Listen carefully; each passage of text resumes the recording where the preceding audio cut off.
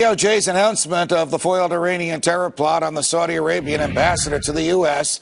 comes at a time, as we were just discussing, when Eric Holder has been subpoenaed for the Fast and Furious operation, a scandalous event that put U.S. firearms, military-grade weapons, in the hands of Mexican drug cartels.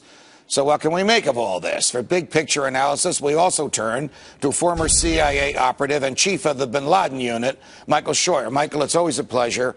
Welcome back to Freedom Watch. Thank you, Judge. Why do you think the Attorney General is hyping this so-called threat from Iran? Why do you think it was announced when it was announced? And does any of this make sense to you? Well, I think, first of all, Ms. Miller's description of the operation is correct. It's like a Marx Brothers movie, but without the Marx Brothers, just some dummies they recruit from the street. I think one thing we need to keep in mind is that the performance of the FBI and DOJ in the area of terrorism has been pretty pathetic over the past couple of years. They may have jumped at something because it gave an appearance of actually being successful, but really it turns out to be just another sting, Judge.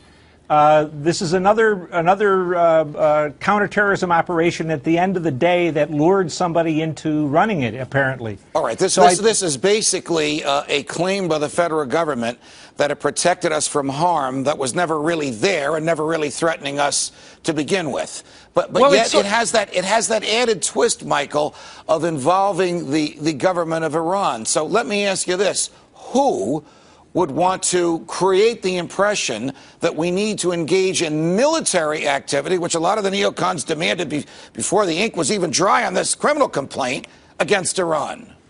Oh, the only people that would benefit from that would be the Israelis and the Saudis. And I think if I was looking at a counterintelligence operation to decide where this information came from, I'd be very interested to see if I could find an Israeli hand or a Saudi hand. Because in the long run, Judge, both Israel and Saudi Arabia are much more dangerous enemies to the United States than the Iranians are. The Iranians are a third-rate military power that we could handle very easily. But, you know, the Congress is crazy for war with Iran. Listen to Senator Graham and Senator McCain and Joe Lieberman. They're owned by the Israelis. The Saudis are very influential. So when you look at these kind of things, you have to ask, who would benefit from the war?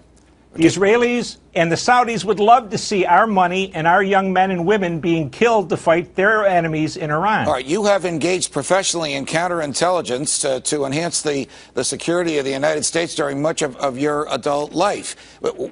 Tell me, Michael, could this be a case in which the American government, in which the Justice Department was played like a fiddle by foreign entities? It thought it was running the case, it thought it was in control of it, but in reality, these people that were involved were not under their control, but were under the control of someone who wanted to foment animosity between Iran and the United States.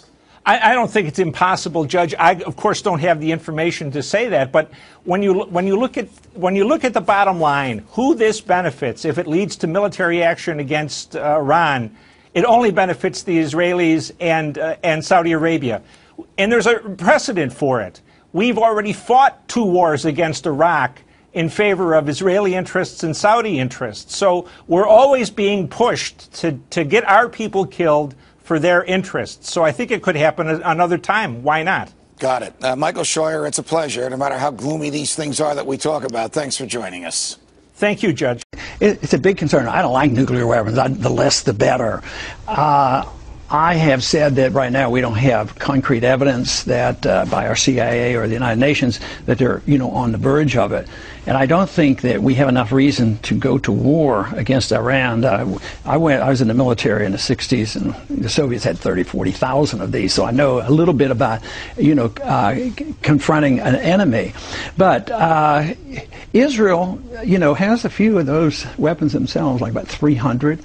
I think Israel sacrifices way too much sovereignty to us. You have to ask us to deal with their borders and what they can do, both defending their borders or dealing with their friends. And right now, Israel is more vulnerable than ever because of the breakdown of all our puppets over there. But Ahmadinejad, the Iranians, they're not going to attack somebody with a weapon they don't have. They're not even capable of producing enough gasoline for themselves. Would you keep sanctions on? No, why put sanctions on them? We took sanctions off the Soviets, and they murdered hundreds of millions of people. You know? Congressman, in the and debate, in China the same way. We dealt with the Chinese are pretty vicious. So far, the Iranians have not invaded any other countries, and I know they're very difficult, but they haven't invaded their neighbors, and they haven't been threatening to invade us. Because I can't. I don't think it's our business to decide. But a good example of this is Libya. Libya is sort of our friend, and then they became our enemy, and then we forgave the killer of Lockerbie, and then we said, would you give up your weapons? And he gave up his weapons, then he got clobbered. So with NATO, with us. So it's a good lesson. Hang on to your nuclear weapons. Maybe they'll respect it. Is there any situation, Congressman, where you would deploy U.S. troops abroad? If our national security was threatened, but if Iran has a nuclear weapon and it's potentially threatening us, did we attack Russia or China? They had a lot of nuclear weapons. We didn't attack them. That was 1,000 times more dangerous. So deterrence with Iran would be your policy. We had lots of sanctions on Russia and China. Yeah, but we eventually gave up, and Reagan talked to them. We talked to them, and we took off the sanctions. We traded with after 50 China. Years. Well, I think the policy is wrong. It does more harm to us. I think it makes Israel much less safe.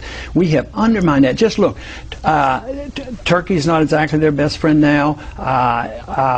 Egypt now, they're going to radical Islam now. Tunisia, it's going to be Islamic as well. So they're less friendly with Israel now. So I think this is all going to back. Besides, we're going to go broke. We're not going to be able to maintain this forever, and that's why I think we should have a different foreign policy and treat them at least equal to the way we treated those horrible Chinese.